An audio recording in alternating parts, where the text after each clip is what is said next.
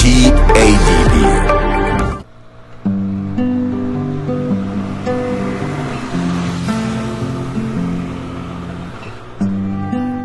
Ushirika wa Mombo una ukubwa wa hekta 220 na ushirika huu unajishughulisha na uzalishaji wa zao la mpunga.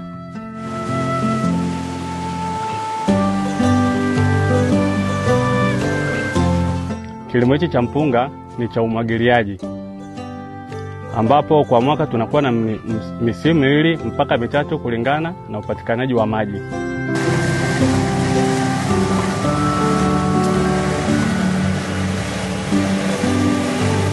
Tukawa tumeunganishwa na taasisi moja ya kibenki, benki ya kulima ambayo ilianzishwa na serikali ili kuweza kutatua kero za wakulima.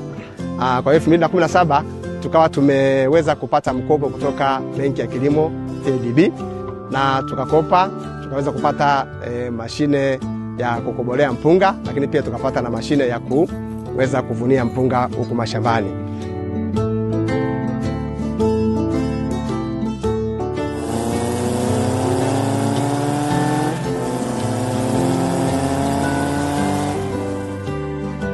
Tumefaidika sana. Sasa hivi wamama tunalima, tunatembea vifua mbele, tunawasaidia wababa kusomesha watoto, na pia wengi wana akaunti za benki. Na kwa upande mwingine, upande wa benki hii ya TADB imetuboresha sana kwenye skimu yetu. Tuna mkopo wa mmoja mtu binafsi, na tuna mkopo wa chama.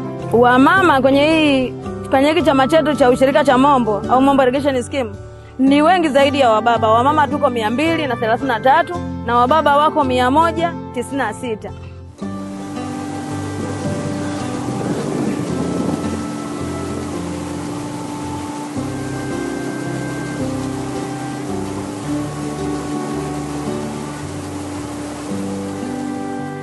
TADB, hongereni sana kwa kazi nzuri ambayo imeifanya hapa Mombo. Kwa kweli kilimo kinalengika. Benki ya Maendeleo ya Kilimo Tanzania.